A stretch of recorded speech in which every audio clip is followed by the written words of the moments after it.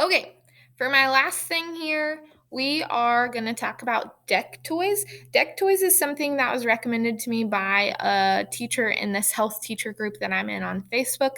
I posted a question there asking what tech tools other health teachers like to use for their high schoolers at the start of this assignment, just so I could look into a lot of different things. Deck toys is something that seems really wonderful, but seems like it's going to require a lot more time researching and figuring out how to use it on my end. I think if I can invest the time in it over this summer to kind of learn how to set some things up, it would be really great for my high school health students. I'm really working to switch my health curriculum to a way more blended learning model. I'm learning now after 2 years of kind of like pandemic-y stuff going on, that I have kids at so many different levels, some who are ready to progress and move really quickly, and some who are really far behind because maybe they were remote or they got sick or whatever when the pandemic was really big. So, blended learning is a great option for having kids at so many different levels because I can have these really fast kids moving through things while these kids are kind of doing more remedial stuff to catch up to where these other kids are. Deck toy seems like something that would fit really well for that. So it's a really like gamified classroom thing. So we did that discussion board post about gamification versus gameplay in your classrooms. I think that Deck Toys is a really great tool for adding or turning your classroom into a gamification classroom. So you can create lots of different things here. So I can create just like a little game. I can search for games. So over here on the side, I picked my subject is other. They don't actually have like a health or PE subject.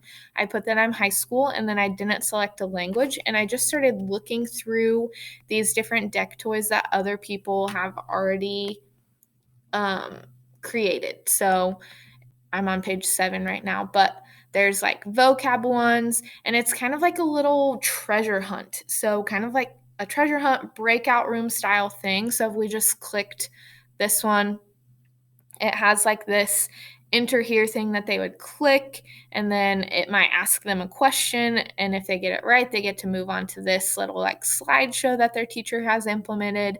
They click through all of those things, maybe there's questions, and then they move on through the little treasure hunt. So you can see like these ones that have like a lock-in key means that there's something that they have to be successful at before that part of this deck opens. So this one's all about vocab, and hopefully that's something that the kids are learning in class. But as you can see here, you can put your slideshows in or your presentations in for them to learn as they move through this game. So it might be something that you say like you need to get through the slideshow and through the next checkpoint in this class period, and we'll start on checkpoint 3 in this class period. Or if you do have those kids at so many different levels, maybe you're just letting them get through, and you have different decks that you're assigning different days, or you're just posting them all in Google Classroom from the beginning. So I did not end up creating my own yet. I've just been kind of looking through what this is.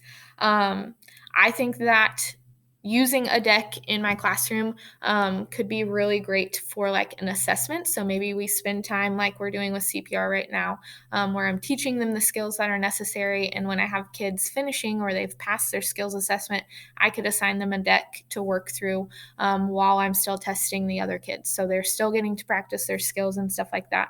And kids are playing video games a lot. So gamifying my classroom a little bit might be more engaging for my students now. The ISD standard that I put to go with this one is standard 3.3E. So let's move back over here. 3.3E says develop learning assessments that provide a personalized, actionable view of student progress in real time. So if I used Deck Toys as a learning assessment, I would be able to see student progress in real time because I can monitor them moving through that game. And it feels informal for them, but I could have it be my formal assessment for their progress monitoring in my class. So I think it's a great option, but I do need to spend more time playing with it. So I hope you enjoyed and maybe learned something about something you